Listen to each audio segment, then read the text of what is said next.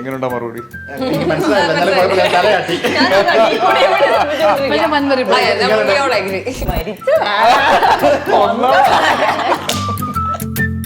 ഇപ്പൊ ഒരു viral dialogue, ഞാൻ ആരാ ചേട്ടാ?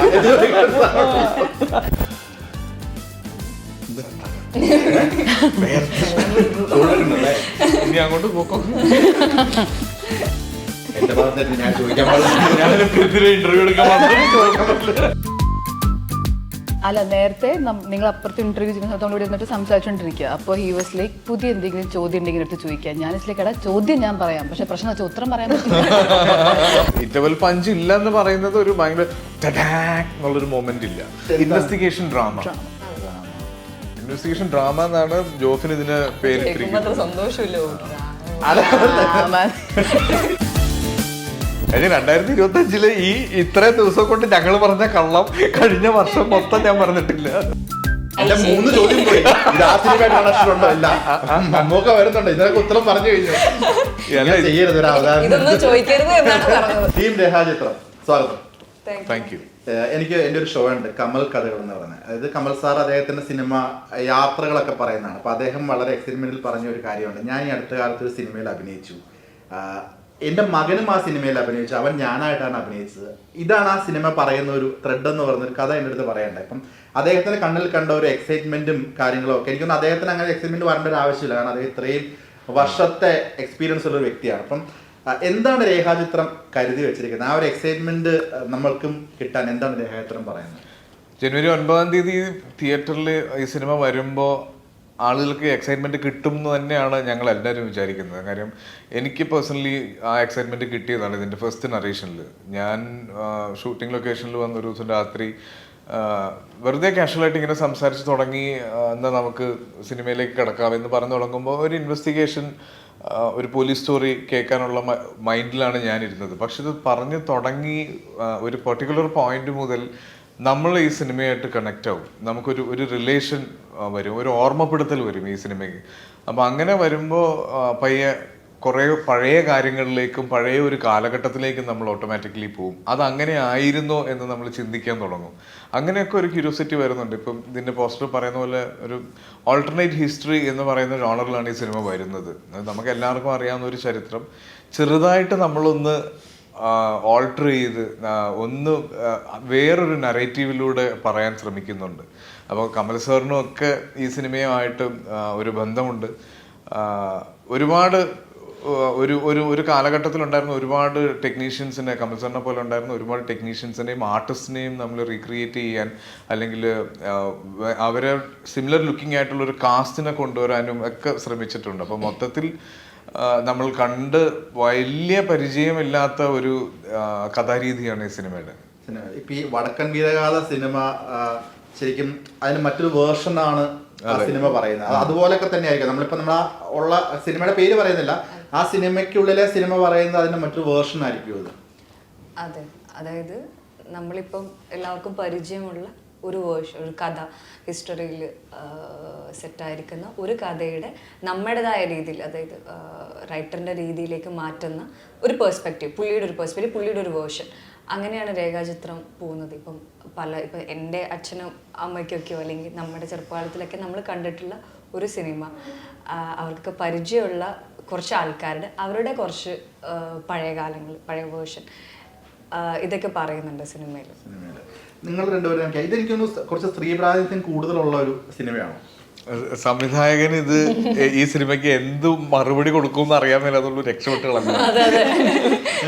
ഈ സിനിമയുടെ ഒരു വലിയ പ്രശ്നം എന്ന് പറഞ്ഞാൽ ഇത് റിലീസിന് മുന്നേ നമുക്ക് റിവീൽ ചെയ്യാൻ പറ്റുന്ന ഏരിയാസ് ഭയങ്കര ലിമിറ്റഡ് ആണ്. അപ്പൊ എസ്പെഷ്യലി എന്റെ ക്യാരക്ടർ ഒഴികെ എനിക്ക് തോന്നുന്നു ഇവർക്ക് ആർക്കും ഒരു പരിധി വിട്ട് ഒന്നും പറയാൻ പറ്റില്ല. ഞാൻ ആദ്യം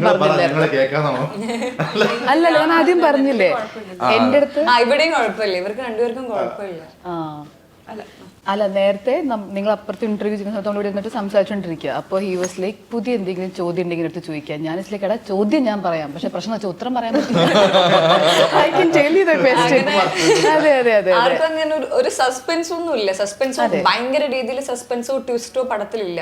but at the same time നമ്മൾക്ക് ആൾക്കാർ തിയേറ്ററിൽ കാണുമ്പോൾ ഫ്രഷ് ആയിട്ടിരുന്ന് കാണും. ഒരു തരത്തിലും ആൾക്കാരുടെ ഒരു എക്സ്പീരിയൻസ് നമ്മള് കഥയുടെ എന്തെങ്കിലും പറഞ്ഞു നമ്മളായിട്ടൊരു ഹിന്റ് കൊടുക്കാൻ എന്താണ് അപ്പം എനിക്ക് തോന്നുന്നു ഭാമയുടെ അങ്ങനെ പറയാൻ കുഴപ്പമില്ലെന്ന് തോന്നുന്നു അല്ലേ? എന്താണ് ക്യാരക്ടർ? ഞാൻ ആസിഫിന്റെ പേരായിട്ടാ ചെയ്യുന്നത്, ജേർണലിസ്റ്റ് ആയിട്ടാണ് അത് ചെയ്യുന്നത്.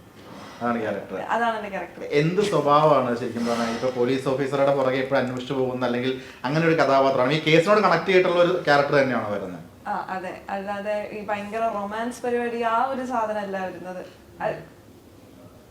പറഞ്ഞു മൊത്തം പറയും. മേഘ എനിക്ക് വളരെ ഏജ്ഡ് ആയിട്ടുള്ള ഒരു കഥാപാത്രമാണ് നമുക്ക് ഇപ്പോൾ കാണാൻ പറ്റുന്നത്. ഇത് രണ്ട് ഫേസസ് ഉണ്ടോ സിനിമയിൽ? എങ്ങനെയാണ്? അതും പറയാൻ പറ്റില്ല. എക്സാക്ട്ലി. എനിക്ക് മനസ്സിലായി, ഉത്തരം മനസ്സിലായി. ഇല്ല, എനിക്ക് ഉത്തരം മനസ്സിലായത്. പക്ഷെ ഇപ്പം അത് ഇല്ലാന്ന് പറഞ്ഞിട്ട് കാര്യം ഉണ്ടായിരുന്നുള്ളൂ. ഇല്ല, വാട്ട് ഐ മെന്റ് ഇസ് ലൈക്ക് ഇത് ഞാൻ നമ്മളിപ്പോൾ അതിന് ഉത്തരം പറഞ്ഞാലും ഇല്ലെങ്കിലും ലുക്ക് അറ്റ് ദ പോസ്റ്റേഴ്സ് തന്നെ രണ്ട് കാലഘട്ടമാണ്. ലുക്ക് അറ്റ് ആസിഫ് അനശ്വറുള്ള പോസ്റ്റർ ഇസ് ലൈക്ക് ഒരു this thing and this obviously ഈ കോസ്റ്റ്യൂമും പരിപാടിയൊക്കെ കാണുമ്പോൾ ലിറ്ററലി കോസ്റ്റ്യൂമും മേക്കപ്പ് ഇതിനകത്ത് വൺ വർക്കാണ് ചെയ്തേക്കുന്നത്, നിസാറ വർക്കൊന്നുമല്ല. അപ്പോൾ obviously they have pulled it off really well. Look at everybody. അപ്പോൾ ഐ തിങ്ക് അങ്ങനത്തെ ഒരു സംഭവം this story has two generations ഉണ്ട് അല്ലേ? എന്തോ കയ്യിൽ നിന്ന് പോയോന്ന് ആലോചിക്കാൻ പറഞ്ഞിട്ട് പോയിട്ടില്ല. അല്ല, ഓൾറെഡി ഹിസ്റ്ററി എന്ന് പറയുമ്പോൾ തന്നെ അറിയാം നമുക്കൊരു ഹിസ്റ്ററി, ഒരു ചരിത്രം കാണിച്ചേ പറ്റുള്ളൂ. അപ്പൊ അത് കൃത്യമായിട്ട് തന്നെ വരുന്നുണ്ട്, നമ്മുടെ വേർഷൻ കാണിക്കുന്നുണ്ട്. ഒരു പക്ഷെ ഈ രേഖാചിത്രം കണ്ടു കഴിയുമ്പോൾ ഇതിൽ പറയുന്ന ഈ പീസ് ഓഫ് ഹിസ്റ്ററി ഒന്നും കൂടെ റിവാച്ച് ചെയ്യണം എന്ന് തോന്നിപ്പോകും നമുക്ക്. ഇങ്ങനെ ആയിരുന്നോ, ഇങ്ങനെ ഉണ്ടായിരുന്നോ എന്നറിയാൻ. അപ്പോൾ അത് ആ സ്ക്രീൻ പ്ലേയിൽ കൊണ്ടുവന്നിട്ടുള്ള ഒരു ബ്രില്യൻസ്. ഇതിൻ്റെ അകത്ത് ഇപ്പം അനു പറഞ്ഞ പോലെ ഒരു ഭയങ്കര ഇൻവെസ്റ്റിഗേഷൻ ത്രില്ലർ എന്നല്ല ജോഫിനും ഈ സിനിമ അഡ്രസ്സ് ചെയ്യാൻ ആഗ്രഹിക്കുന്നത്. ഇതൊരു ഡ്രാമയുണ്ട് ഈ സിനിമയിൽ. നമുക്കിനി അടുത്തത് എന്താ നടക്കാൻ പോകുന്നതെന്നൊക്കെ ഉള്ളതിനെ ഒരു ക്യൂരിയോസിറ്റിയേക്കാൾ അതിൻ്റെ ഒരു ഫീലിനായിരിക്കും ഈ സിനിമയ്ക്ക് ഇമ്പോർട്ടൻസ് കൊടുത്തിട്ടുണ്ടാവുക. ഒരു കൃത്യമായ ഇൻ്റർവെൽ പഞ്ചോ ഭയങ്കര എഡ്ജ് ഓഫ് ദ സീറ്റ് മൊമെന്റ്സോ അങ്ങനെ ഒന്നും ഈ സിനിമയിലേക്ക് കൊണ്ടുവരുന്നില്ല. എങ്ങനെ ഇത് സംഭവിച്ചു, എന്തായിരുന്നു അതിൻ്റെ ഇമോഷൻ എന്നുള്ളതാണ് പറഞ്ഞു പോകുന്നത്. ഇന്റർവൽ പഞ്ച് എന്ന് പറയുമ്പോൾ ഇന്റർവൽ പഞ്ച് ഇല്ലെന്ന് ജോഫിൻ കഴിഞ്ഞ ദിവസം ഒരു ഇന്റർവ്യൂവിൽ പറയണ്ടായി.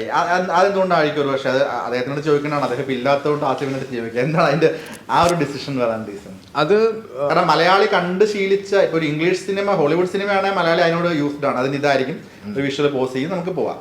അതിന് മലയാളത്തിന്റെ സിനിമ എന്ന് പറയുമ്പോൾ ഇന്റർവൽ പഞ്ചിൽ ഒരു ഹുക്ക് വേണം, നമുക്ക് അവിടെ നിർത്തണം, അതിനുശേഷം ഒരു ഫ്രഷ് സ്റ്റാർട്ടിങ് വേണം. ഈ ഒരു പാറ്റേൺ മലയാളി കണ്ട് ശീലിച്ച് നിൽക്കുന്ന ഒരു വിധമാണ്. അപ്പൊ അതും ഒരു റിസ്ക് ഫാക്ടർ അല്ലേ ശരിക്കും പറഞ്ഞാൽ? അല്ല, നമ്മൾ പുതിയ ഏത് ഫോർമുലയും സക്സസ്ഫുൾ ആയിട്ട് കൊടുത്താൽ അക്സെപ്റ്റ് ചെയ്യുന്ന ഓഡിയൻസ് ആണ് നമ്മൾ. എല്ലാ ജോണറിലുള്ള സിനിമകൾ ഇപ്പം മലയാളം ഫിലിം ഇൻഡസ്ട്രി എന്ന് വരുന്നത് ഏത് തരത്തിലുള്ള സിനിമകളാണെന്ന് ചോദിച്ചാൽ നമുക്ക് അങ്ങനെ ഒരു സ്പെഷ്യൽ ആയിട്ടുള്ള ജോണറില്ല. അപ്പൊ ഇത് ഒരു പരീക്ഷണമായിട്ട് തന്നെ കാണാവുന്നതാണ്. ഇന്റർവെൽ പഞ്ച് ഇല്ല എന്ന് പറയുന്നത് ഒരു ഭയങ്കര എന്നുള്ളൊരു മൊമെന്റ് ഇല്ല. അതിന് പകരം ഒരു ഫ്ലോയിൽ തന്നെ അങ്ങ് പോകുന്നു. പക്ഷെ നമ്മൾ ടെക്നിക്കലി നമ്മൾ യൂസ്ഡ് ആയ ആ ഒരു ഇന്റർവെൽ ഗ്യാപ്പ് സിനിമയ്ക്ക് വേണ്ടിയിട്ട് കൊടുക്കുന്നുണ്ട്. പക്ഷെ അങ്ങനെ ഒരു ഗൂസ് ബംസ് കൊടുത്ത് നിർത്തി സെക്കൻഡ് ഹാഫിൽ എന്തോ മാരകമായ ഒരു എപ്പിസോഡ് നടക്കാൻ പോകുന്നു.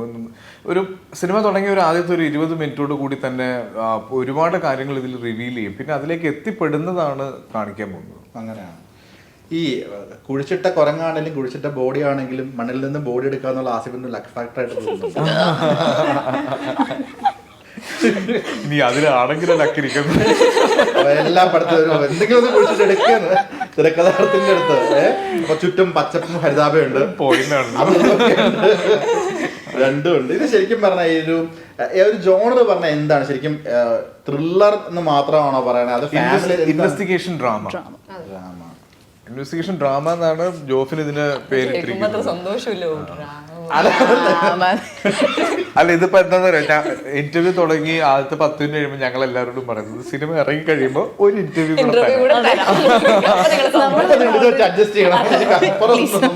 ഇതിനപ്പുറത്തേക്ക് കാര്യം. ഏറ്റവും ഒരു സന്തോഷം തരുന്ന ഒരു കാര്യം എന്ന് പറഞ്ഞാൽ ഈ സിനിമയുടെ ആദ്യത്തെ ഒരു പ്രൊമോഷൻ റിലീസ് മുതൽ ഒരു ക്യൂരിയോസിറ്റി ഉണ്ടാക്കാൻ പറ്റിയിട്ടുണ്ട്. ഇപ്പം സ്പെഷ്യലി ഓൺലൈനിൽ നോക്കുവാണെങ്കിൽ സോഷ്യൽ മീഡിയാസിൽ എല്ലായിടത്തും ഈ സിനിമയെ പറ്റിയിട്ട് പല പല ഡിസ്കഷൻസ് നടക്കുന്നുണ്ട്. അപ്പോൾ ഇതിൽ ഉണ്ടെന്നോ ഇല്ലെന്നോ ഒരു രീതിയിലും ഇതിൻ്റെ ഒരു ഒഫീഷ്യൽ കൺഫർമേഷൻ നമ്മുടെ ടീമിൽ നിന്ന് പോയിട്ടില്ല. അപ്പൊ പല പല കാര്യങ്ങളാണ് ചോദിക്കുന്നത്. ഇത് ഇന്ന സിനിമയാണോ, ഇന്ന ഇൻസിഡന്റ് ആണോ, അല്ല ഇന്ന ആക്ടർ ആ സിനിമയിൽ ഫീച്ചർ ചെയ്യുന്നുണ്ടോ എന്നൊക്കെ ഉള്ള ചോദ്യങ്ങളുണ്ട്. അപ്പൊ ഇത് ഇല്ലെന്നും ഉണ്ടെന്നും പറയുന്നില്ല. ശരിക്കുണ്ടോ? ഇതിപ്പോ ഞാൻ എന്റെ 3 ചോദ്യം പോയി. ഇത് ആ സിനിമയായിട്ട് കണക്ഷൻ ഉണ്ടോ? ഇല്ല. മമ്മൂക്ക വരുന്നുണ്ട്. ഇതിനൊക്കെ ഉത്തരം പറഞ്ഞു കഴിഞ്ഞു. ചെയ്യരുത് ഒരു അവതാരം. ഇതൊന്നും ചോദിക്കരുത് എന്നാണ് പറഞ്ഞത്. എന്റെ ഓരോ ചോദ്യങ്ങളായിരുന്നു അത്. കഴിഞ്ഞ 2025 ഈ ഇത്രയും ദിവസം കൊണ്ട് ഞങ്ങൾ പറഞ്ഞ കള്ളം കഴിഞ്ഞ വർഷം മൊത്തം ഞാൻ പറഞ്ഞിട്ടില്ല. ഞാൻ ചോദിക്കട്ടെ, ശരിക്കും ഒരു ഇൻവെസ്റ്റിഗേഷൻ സിനിമ എന്ന് പറയുമ്പോൾ ചില സിനിമകൾക്ക് ഒരു ടെംപ്ലേറ്റ് ഉണ്ട്. ഇപ്പൊ ഒരു മർഡർ നടക്കുന്നു, ഒരാൾ വരുന്നു, നമ്മൾ പ്രതീക്ഷിക്കാത്ത ഒരാളെ കണ്ടുപിടിക്കുന്നു. ഓൾമോസ്റ്റ് മലയാളത്തിൽ വന്നിട്ടുള്ള ഒരു 90% സിനിമകൾ പറയുന്ന അല്ലെങ്കിൽ സിനിമകൾ പറഞ്ഞു വച്ച കഥകൾ ഇങ്ങനെയൊക്കെ തന്നെയാണ്. നമ്മൾ പ്രതീക്ഷിക്കാത്ത ഒരാളായിരിക്കും ക്ലൈമാക്സിൽ വരുമ്പോൾ. ആ ഒരു ഫോർമുല തന്നെയാണോ ഈ സിനിമയും പറയുന്നത്? ശരിക്കും തീർച്ചയായിട്ടും ഇൻവെസ്റ്റിഗേഷൻ എന്ന് പറയുമ്പോൾ ഇതാണ് മരിച്ചത് ആരാണെന്നും കൊന്നത് ആരാണെന്നും ഉള്ളതാണ് അന്വേഷണം. ഇത് ഏത് ഈ സ്റ്റോറി ലൈനിൽ എവിടെ പ്ലേസ് ചെയ്യുന്നു എന്നുള്ളതിനാണ് ഇതിൻ്റെ പുതുമ എന്ന് പറയുന്നത്. ഈ മരണപ്പെട്ട ആളെ എപ്പോൾ കാണിക്കുന്നു, കൊന്നയാളെ എപ്പോൾ കാണിക്കുന്നു, എങ്ങനെ കൊന്നു എന്നുള്ളത് എവിടെ കാണിക്കുന്നു, ഇതിൻ്റെ ടൈം ലൈനിൽ വരുന്ന ഡിഫറൻസ് ആണ് സ്ക്രീൻ പ്ലേയുടെ ബ്രില്യൻസ് എന്ന് പറയുന്നത്. എങ്ങനെയുണ്ടാ മറുപടി? എനിക്ക് മനസ്സിലായില്ല. എന്നാലും കുഴപ്പമില്ല, തലയാട്ടി. എല്ലാം ഓക്കെ.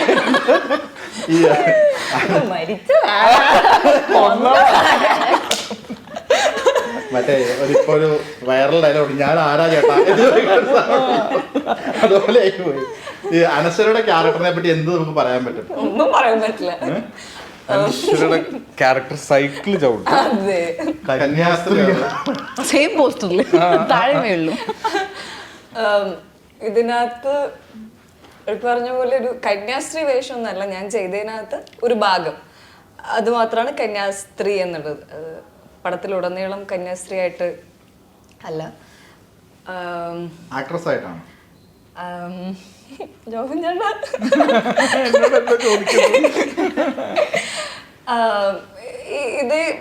ഇതിനകത്തൊക്കെ കാണുമ്പോൾ മനസ്സിലാവുന്ന ഒരു സെറ്റും കുറെ പരിപാടികളൊക്കെ ഉണ്ട് ഒരു സിനിമ.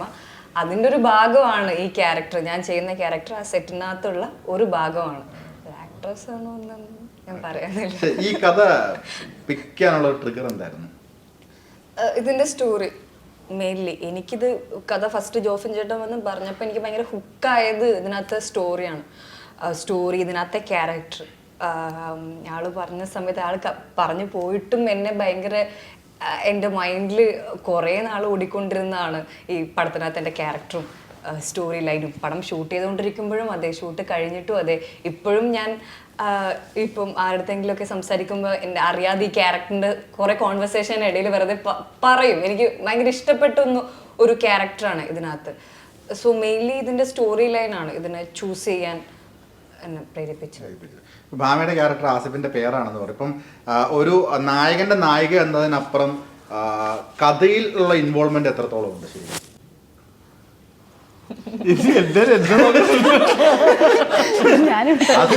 ഓരോ ചോദിക്കും ഇങ്ങനെയായിരുന്നു, എന്നെ നോക്കണ്ട. കഥയിലുള്ള ഇൻവോൾവ്മെന്റ് പറഞ്ഞത് ഇപ്പൊ ഞാൻ പറഞ്ഞു കഴിഞ്ഞാൽ ചിലപ്പോ അത് അബദ്ധമായിപ്പോ. അത് എന്താ പറയാ, അങ്ങനെയല്ല. നല്ല ചോദ്യം. അടുത്ത ചോദ്യം. ഇല്ല, കഥയിലുള്ള ഇൻവോൾവ്മെന്റ് എന്ന് പറഞ്ഞു കഴിഞ്ഞാൽ ഇപ്പൊ ഈ ക്യാരക്ടർ ഡീറ്റെയിൽസ് മാത്രമേ പറയാൻ പറ്റുള്ളൂ. കാരണം ഇപ്പൊ ഞാനത് പറഞ്ഞു കഴിഞ്ഞാൽ ബാക്കിയുള്ള എല്ലാ ഡീറ്റെയിൽസും അതിന്റെ കൂടെ തന്നെ വന്നു പോകും ചിലപ്പോ. അപ്പം ബെറ്റർ ഞാനായിട്ട് അത് പറയാതിരിക്കുന്നതായിരിക്കും. എന്റെ ഭാഗത്ത് ഞാൻ ചോദിക്കാൻ പാടില്ല. ഇന്റർവ്യൂ എടുക്കാൻ ജോഫിനോട് പറഞ്ഞാൽ മേലാൽ ഇതുപോലെ പറയാം. ഓക്കെ, മേഘ ഈ ഏജ്ഡ് ക്യാരക്ടർ ചെയ്യാൻ വേറെ ആളെ സമീപിച്ചൂടെ എന്നൊരു ചോദ്യം വല്ലതും വന്നായിരുന്നോ?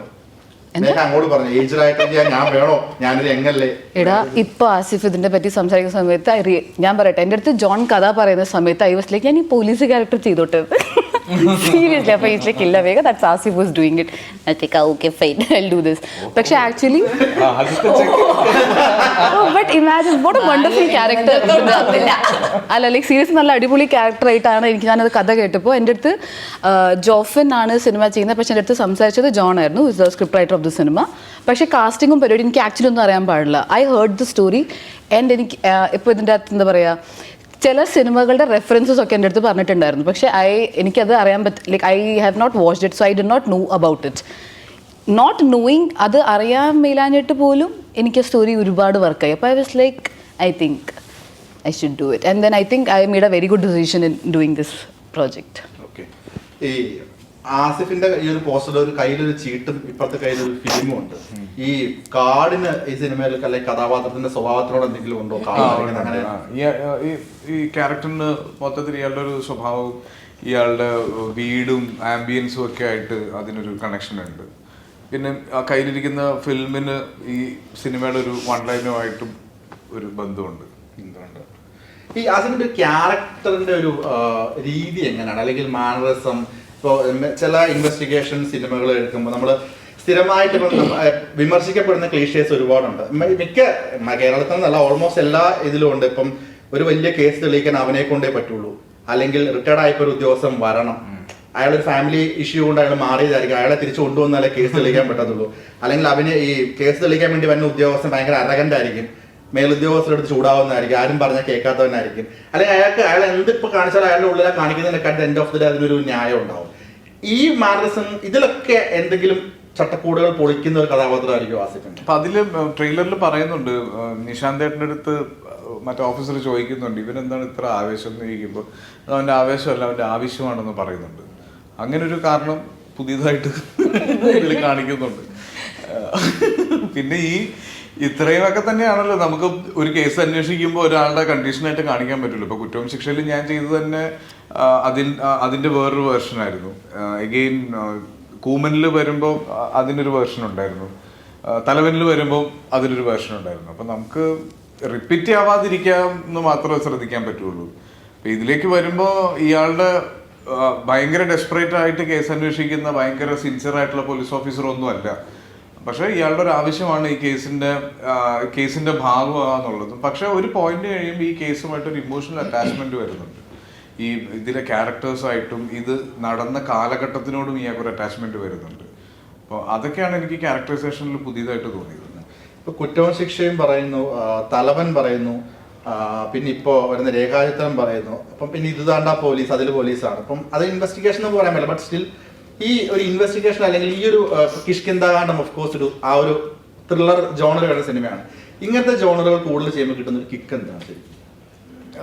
എൻ്റെ അടുത്തേക്ക് വരുന്ന നല്ല സിനിമകളിൽ നിന്ന് വരുന്ന സിനിമകളിൽ നിന്ന് സെലക്ട് ചെയ്യുന്നു എന്നുള്ളതാണ്. അപ്പം എനിക്ക് ഇപ്പോഴത്തെ എൻ്റെ ഒരു ടേസ്റ്റിനോ അല്ലെങ്കിൽ എൻ്റെ ചുറ്റുപാടിനോ ഒക്കെ എനിക്ക് കുറെ കൂടെ റിലേറ്റ് ചെയ്യാൻ പറ്റുന്ന ത്രില്ലർ സിനിമകളാണ്.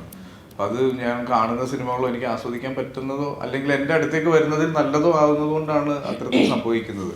ഇപ്പം തലവനെടുക്കുമ്പോൾ ഉള്ള ഒരു ത്രില്ലർ സ്വഭാവമല്ല കിഷ്കിന്ധാകാന്ഡത്തിലേക്ക് വരുമ്പോൾ ഉള്ളത്. അപ്പം എനിക്ക് അത് രണ്ടും ഡിഫറെൻറ്റ്. ഇപ്പം മറ്റേത് കുറെ കൂടെ ഫാമിലി ആംബിയൻസിൽ പറഞ്ഞു പോകുന്നുണ്ട്, കുറെ കൂടെ സ്ലോ പേസ് ആണെന്ന് പറഞ്ഞു, കുറെ കൂടെ ഇമോഷൻസ് ഉണ്ട്. മറ്റേത് ഒരു പക്ക തിയേറ്റർ എന്റർടൈനർ ആയിട്ടുള്ള ഒരു ത്രില്ലർ സിനിമയായിരുന്നു. ഈ സിനിമ നമ്മളെ എല്ലാ സിനിമ തുടങ്ങുമ്പോഴും ഇത് ജീവിച്ചിരിക്കുന്നവരോ മരിച്ചവരുമായിട്ടൊരു ബന്ധമുള്ള നമുക്ക് എഴുതി കാണിക്കാൻ പറ്റും. ഈ സിനിമയ്ക്കും അങ്ങനെ എഴുതി കാണിക്കാൻ പറ്റും. കാരണം ഇതിൽ ഭരതൻ സാർ ഉണ്ട്, അല്ലെങ്കിൽ കമൽ സാറുണ്ട്, അങ്ങനെ ഒരുപാട് ഇപ്പം ഓഫ്കോഴ്സ് മമ്മൂക്കയുടെ ആണെങ്കിൽ അങ്ങനെ ഒരുപാട് റെഫറൻസുകൾ വരുന്നുണ്ട്. ഇപ്പം അത് എത്രത്തോളം ന്യായീകരിക്കാൻ പറ്റും? ശരിയാണ്, ഇതില് ജീവിച്ചിരിക്കുന്നവരും മരിച്ചവരുമായി ബന്ധമുണ്ടെന്ന് തന്നെ എഴുതി കാണിക്കണം. കാര്യം അങ്ങനെ ഞാൻ പറഞ്ഞില്ല, ഇതൊരു ഓൾട്ടർനേറ്റ് ഹിസ്റ്ററി എന്ന് പറയുന്നത് കൊണ്ട് ഇതിന് ചരിത്രവുമായിട്ട് ബന്ധമുണ്ട്. അപ്പൊ അതിൽ ഒരുപാട് പേരുടെ ഇപ്പൊ ഈ കമൽ സാർ പറഞ്ഞ പോലെ കമൽ സാറിനെയും കമൽ സാറിന്റെ ചെറുപ്പവും കാണിക്കേണ്ട ഒരു ആവശ്യം ഈ സിനിമയ്ക്ക് വേണ്ടി വന്നിട്ടുണ്ട്. ഇത്രയും പേരെ ഇതൊരു കഥ ഇത് പെട്ടെന്ന് എക്സിക്യൂട്ട് ചെയ്യാൻ പറ്റുന്ന ഒരു സിനിമയായിരുന്നു. ആക്ച്വലി എന്താ വെച്ചാൽ ഇത്രയും പേരുടെ കയ്യിൽ നിന്ന് ഇതിന്റെ പെർമിഷൻ എടുക്കണ്ടേ? ഇതിന്റെ ആ സിനിമ മൊത്തം നമ്മളെ സിനിമയുടെ പേര് പറയുന്നില്ലെങ്കിൽ പോലും അതിന്റെ മേജർ ടെക്നീഷ്യന്മാരുടെ ഉൾപ്പെടെ കയ്യിൽ നിന്നും പെർമിഷൻ എടുക്കണം. പിന്നീട് ഇത് ആക്ച്വലി ഒരു സങ്കല്പത്തിൽ നിന്ന് പറഞ്ഞ ഒരു കഥയാണ്, തെറ്റിദ്ധരിക്കപ്പെടുകയും ചെയ്യരുതല്ലോ. ഇങ്ങനെ നടന്നോ ഇല്ലയോ എന്ന് ഇപ്പം അത്രയും അറിയാത്ത പ്രേക്ഷകർ ഇതിന്റെ ലൊക്കേഷനുകൾ നടന്നിരുന്നു എന്ന് അതൊരു റിയൽ കഥയാണ്. അപ്പൊ അതൊരു എത്രത്തോളം ഇതിന്റെ ഒരു പ്രോസസ്സ് ശരിക്കും പറഞ്ഞാൽ ആദ്യം ഇതിന്റെ സ്ക്രിപ്റ്റ് പറഞ്ഞു കഴിഞ്ഞപ്പോൾ എനിക്കുണ്ടായിരുന്ന ഈ ഒരു ആദ്യം ഇത് കേട്ട് കഴിഞ്ഞപ്പോൾ ഒരു വോ ഫാക്ടർ ഫീൽ ചെയ്തു. അത് കഴിഞ്ഞിട്ട് ഞാൻ ചോദിച്ചത് ഈ സിനിമ എങ്ങനെ ചെയ്യും എന്നാണ്. കാര്യം ഈ സിനിമ പ്രാക്ടിക്കലി വളരെ ബുദ്ധിമുട്ടായിരുന്നു ഇത് എനിക്ക് എൻ്റെ പോയിന്റ് ഓഫ് വ്യൂവിൽ ചിന്തിക്കുമ്പോൾ.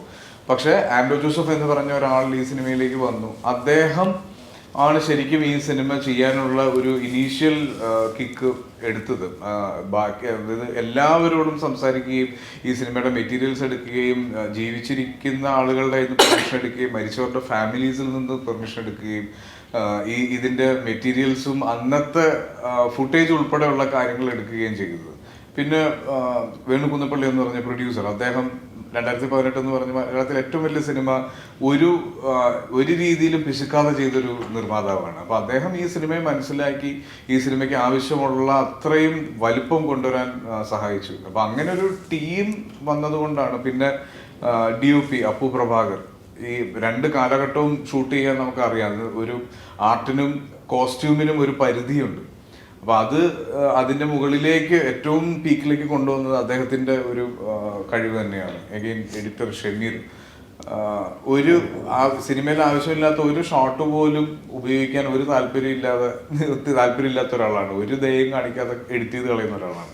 അപ്പൊ ഏറ്റവും നല്ല ടീമിനെ കൊണ്ടുവന്നതിന് ശേഷമാണ് ഈ സിനിമ തുടങ്ങിയത്. ഇങ്ങനെ ഒരു കഥ ആസിഫിലേക്ക് വന്നു കഴിയുമ്പോൾ ആസിഫിന് എന്തെങ്കിലും കൺഫ്യൂഷൻസ് ഉണ്ടായിരുന്നോ? കൺഫ്യൂഷൻസ് ഉണ്ടായിരുന്നു. എൻ്റെതായ കുറെ കൺഫ്യൂഷൻസ് ഉണ്ടായിരുന്നു. ഇത് എത്രത്തോളം ബിലീവബിൾ ആണെന്നുള്ളത്.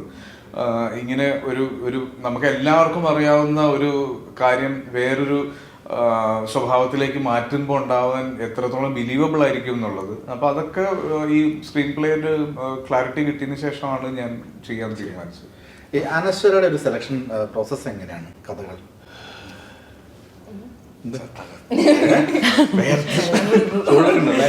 ഇനി അങ്ങോട്ട് പോക്കോ. എൻ്റെ അടുത്തേക്ക് വരുന്ന നല്ല സിനിമകൾ, നല്ല കഥാപാത്രങ്ങൾ ചൂസ് ചെയ്യുന്നേ ഉള്ളൂ. എനിക്കങ്ങനെ ഒരു സിനിമയ്ക്കകത്ത് നായിക അങ്ങനെ ഒരു ഇതിനോട്ട് നോക്കി ഞാൻ ചെയ്യാറില്ല. അതിനകത്ത് നല്ലൊരു ക്യാരക്ടർ ആണെങ്കിൽ ആ സിനിമയ്ക്കകത്ത് എന്താ പറയുക, അതിനൊരു മാറ്റുന്ന എന്തെങ്കിലും ഇമ്പോർട്ടൻ്റ് ആയിട്ടുള്ള ഒരു കഥാപാത്രമാണെങ്കിൽ ഞാൻ അതിനെ ചെയ്യും. പിന്നെ മലയാളത്തിൽ ഇപ്പം മിക്കതും വരുന്നത് നായകൻ എന്നൊരു സിനിമകളല്ല, കുറേ കഥാപാത്രങ്ങളാണ്, കുറേ ക്യാരക്ടേഴ്സാണ് മലയാളത്തിൽ ഇപ്പോൾ വരുന്നത്. അപ്പം അതിൽ നിന്ന് എനിക്കൊരു നല്ല ക്യാരക്ടർ കിട്ടുവാണെങ്കിൽ അതിൽ നിന്ന് ബെസ്റ്റ് ചൂസ് ചെയ്യുന്നത്, നല്ല ടീമിൻ്റെ കൂടെയാണെങ്കിൽ ചൂസ് ചെയ്യും. അങ്ങനെയാണ് പ്രോസസ്സ് വരുന്നത്. ഇപ്പോൾ വാമ മദനോത്സവത്തിന് ശേഷം വരുന്ന ഒരു സിനിമ അല്ലേ ഇത്? അതെ, റിലീസ് ആവുന്ന സിനിമ ഇതാണ്. ബസൂക്ക ആയിരുന്നു ചെയ്തത്. Bazooka release ആവാനുണ്ട്. ടിക്കറ്റാക്കിയാണ് അടുത്ത വരുന്നത്. അതിന് വേണ്ടിയിട്ടാണോ ഡയറ്റും മെലിഞ്ഞതും? ഞാൻ ടിക്കറ്റൊക്കെ ഷൂട്ട് ചെയ്തുകൊണ്ടിരിക്കുമ്പോഴായിരുന്നു എനിക്കൊരു ആക്സിഡന്റ് ആയത്. അപ്പൊ അതിനുശേഷം വീട്ടിലിരുന്ന് ഓരോ പാക്കും മാഞ്ഞു പോകുന്നത് കണ്ടു. തിരിച്ച് അതിലേക്ക് എത്താനുള്ള ഫാമിലി പാക്കിലേക്ക് മാറി. ആ ഫാമിലി പാക്ക് ഞാൻ അടിയോ സമീപം ഉപയോഗിച്ചു. അപ്പോൾ ഇനി തിരിച്ച് ആ ഷേപ്പിലേക്ക് എത്തണം. കാര്യം എനിക്ക് പേഴ്സണലി ഭയങ്കര എക്സൈറ്റിംഗ് ആയിട്ടുള്ള ഒരു പ്രൊജക്റ്റ് ആണത്. ടൈം ട്രാവൽ ആണ്. ടിക്കറ്റൊക്കെ ടൈം ട്രാവൽ അല്ല, ഒരു ആക്ഷൻ സിനിമയാണ്. എനിക്ക് കുറേ മുന്നേ പ്ലാൻ ചെയ്ത സിനിമയായിരുന്നു. പക്ഷെ അതിനുശേഷം ഒരുപാട് സിനിമകൾ ആ കാറ്റഗറിയിൽ വന്നു. എങ്കിലും അതിലൊരു പുതുമയുണ്ട്. ഇപ്പോഴും എക്സൈറ്റിംഗ് ആണത്. ഈ പല ഇന്റർവ്യൂസിലും ആസിഫിന്റെ അടുത്ത് ചോദിക്കുമ്പോൾ ആസിഫ് രോഹിത്തിനെ പറ്റി ഭയങ്കര ആ ഒരു ബോണ്ടിങ്ങിനെ പറ്റിയൊക്കെ പറയുന്നുണ്ട്. ആ ഒരു ബോണ്ടിങ് നിൽക്കുന്നതിന്റെ റീസൺ എന്താണ്? രോഹിത്തിന്റെ സിനിമയോടുള്ള അപ്രോച്ചും ചോയ്സസും ഒരു ഫിൽം മേക്കർ എന്നുള്ള രീതിയിൽ അഡ്വഞ്ചേഴ്സ് ഓഫ് ഓമനക്കുട്ടൻ നമുക്ക് ഒരുപാട് എക്സൈറ്റിംഗ് ആയിട്ടുള്ള ഒരു പ്രൊജക്റ്റ് ആയിരുന്നു. ആ സിനിമ കൊമേഴ്ഷ്യലി അങ്ങനെ ഭയങ്കര ശ്രദ്ധയൊന്നും നേടിയില്ലെങ്കിലും എനിക്ക് സിനിമയോടും ക്യാരക്ടർ സെലക്ഷനോടും ക്യാരക്ടറൈസേഷനോടുമുള്ള ആറ്റിറ്റ്യൂഡ് മാറ്റിയത് ശരിക്കും ഓമനക്കുട്ടനായിരുന്നു. രോഹിത്തിന്റെ സിനിമകൾ ഇപ്പോൾ ഇബിലിസ് ചെയ്യുന്ന സമയത്തും ഒക്കെ എനിക്കൊരു പുതിയ എക്സ്പീരിയൻസ് ആയിരുന്നു. അഗെയിൻ കള നല്ലൊരു സിനിമയായിരുന്നു. അപ്പം എനിക്ക് ഭയങ്കര മലയാള സിനിമയുടെ ഒരു വലിയ ഭാഗമായി മാറാൻ പോകുന്ന ഒരു സംവിധായകൻ എന്നുള്ള പ്രതീക്ഷ എപ്പോഴും രോഹിത് വന്നിട്ടുണ്ട്.